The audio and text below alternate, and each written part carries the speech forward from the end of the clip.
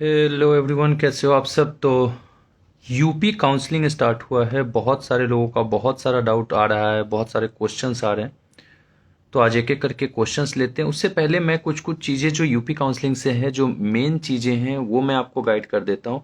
UP counselling में एक चीज़ बहुत क्लियरली ये मेंशन किया गया है, जो कि बहुत कम जगह ये मेंशन रहता है। यूपी काउंसलिंग में एक चीज़ बहुत क्लियरली ये मेंशन है कि भाई आपको किसी भी राउंड में अगर कॉलेज अलॉट हो जाता है तो आपके पैसे रिफंड नहीं होंगे। ये चीज़ ध्यान रख लीजिए। चाहे वो कोई भी राउंड में आपको अगर कॉलेज अलॉट होता है तो आपको लेना पड़ेगा।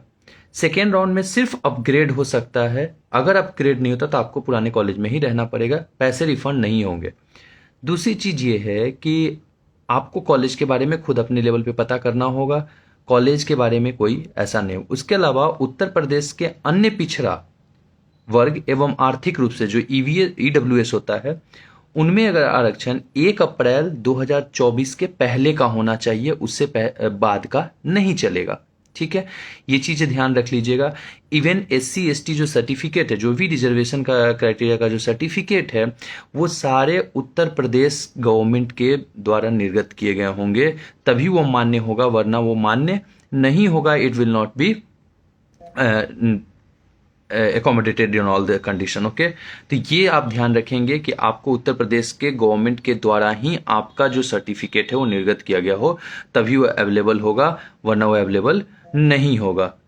ठीक है, इसके बाद एक और चीजें हैं जो आपको ध्यान रखना है कि कोई भी प्रमाण पत्र भारत सरकार द्वारा निर्धारित प्रारूप पर मान्य होगा, उसके अलावा मान्य नहीं होगा। भारत सरकार वाला भी मान्य नहीं होगा। ठीक है, ये चीज़ें आप जरा ध्यान रखिएगा कि भारत सरकार ने जो आपको इशू कर रखा है जो भी सर्टिफिकेट, उसका मान्य नहीं होगा। ये बहुत इंपॉर्टेंट है।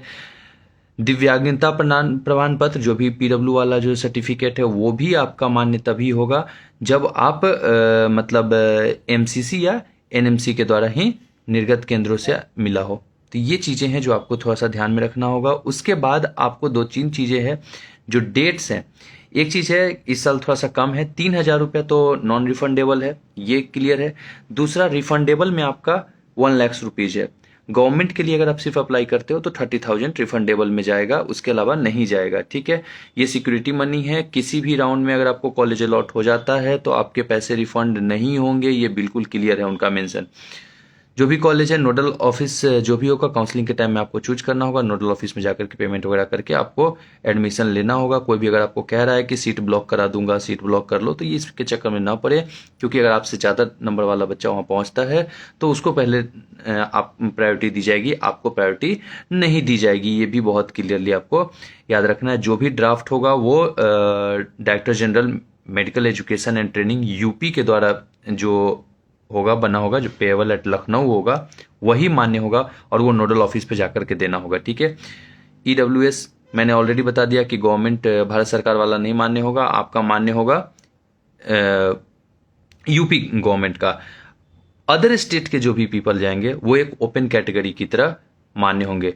डेट्स जो हैं वो इंपॉर्टेंट हैं, डेट्स याद रखिएगा। 10 जुलाई से 5 बजे से लेकर के शाम 5 बजे से लेकर के 15 जुलाई तक आपका रजिस्ट्रेशन होगा। धनराशि जो कि सिक्योरिटी मनी है वो भी आप उन्हीं 5 दिनों में रखेंगे। मेरिट सूची 15 जुलाई को आ जाएगा। उसके अलावा 16 जुलाई से आपका ऑनलाइन चॉइस फिलिंग शुरू हो जाएगा।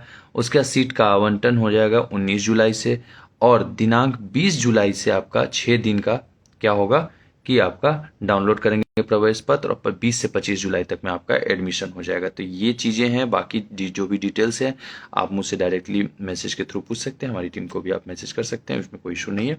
तो ये चीज़ें हैं जो आपको ध्यान में रखना है। अब बात आते ही कुछ क्वेश्चंस को ले लेते हैं। जो ओ बार बार ये क्वेश्चन आ रहा है कि सर चंद्रा डेंटल कैसा है, वो इसके लिए अच्छा कॉलेज है, एवरेज कॉलेज है, जिनका भी रैंक 10,000 के बाहर है वो ले सकते हैं चंद्रा डेंटल। बीबीडी आप ट्राई कर सकते हो, सरस्वती ट्राई कर सकते हो। प्रोस्थो के लिए Kothiwal is best college, Kothiwal, Subharti, ये सब अच्छे कॉलेज हैं प्रोस्थो के लिए।